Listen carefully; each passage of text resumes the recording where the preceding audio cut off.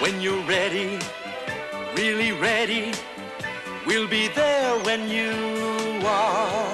Delta is ready to fly. Yes, we're ready to fly.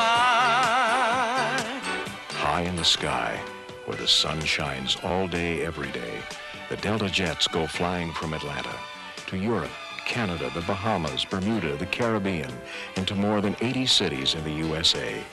Other Delta jets are winging home to Atlanta's new terminal, the biggest in the world. Delta is the largest airline at the world's largest terminal, with more ticket counter positions, more boarding gates, more baggage claim units than any other airline, and more flights than any other airline in any other city in the world. Delta is ready. We're ready when you are. Delta is ready. We're ready when you are. What made you want to become a pilot? I liked flying airplanes. Why were the 80s and 90s known as the golden age of flying? That was when deregulation happened in the industry. It increased the competition, and all of these startup airlines, low-cost airlines, got started, and the competition brought the prices way down. In the early 1980s, flying was at its peak. You could smoke, meals were included, and you could check as many bags as you wanted. Continental Airlines, now United Airlines, even tested out a pub configuration complete with a bar stocked with alcohol and circular tables surrounded by swivel chairs. Passengers could also make a visit to the cockpit during the flight, where children were given a wing pin to remember the experience. Did people enjoy the airline experience? It took me a long time to realize that at least 50% of the people on the airplane did not want to be on the airplane. They needed to get someplace, and the airplane was the only thing that was going to get them there fast. So they tolerated the airline experience. In the 80s and 90s, you could still transfer your airline tickets to someone else.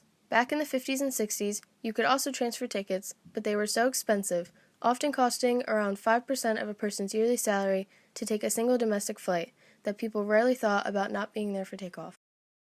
What was the airline experience like for pilots? Did you enjoy being a pilot? Flying the airplane, being the pilot part of it, was a blast. I mean, that's what I wanted to do ever since I was 5 years old. That was great. But all of the things that came along with being able to fly the airplane, that was a totally different story. And in reference to the question that you asked me initially, it was a lot more fun being an airline employee in the mid-'80s than it was in 2014. Has anything ever gone wrong while you were flying the plane?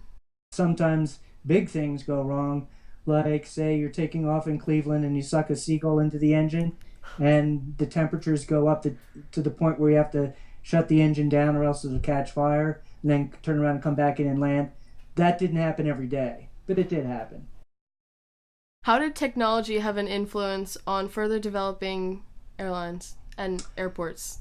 Airlines specifically, I would say the biggest impact for them was airplanes became very much more fuel efficient and environmentally friendly. The biggest cost for an airline is fuel.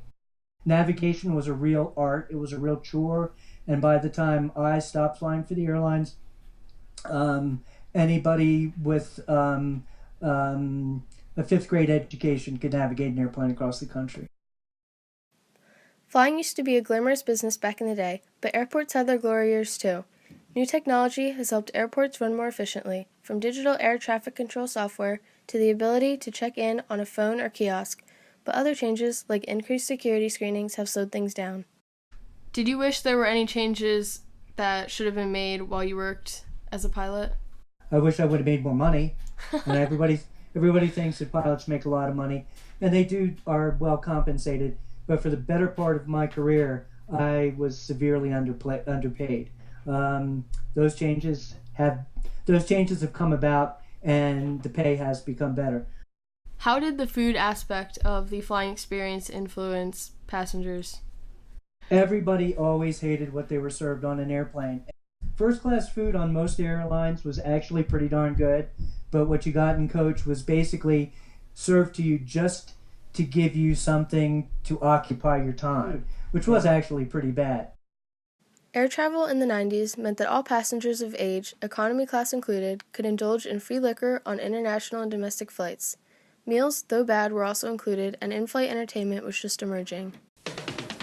When you're ready, really ready, we'll be there when you are.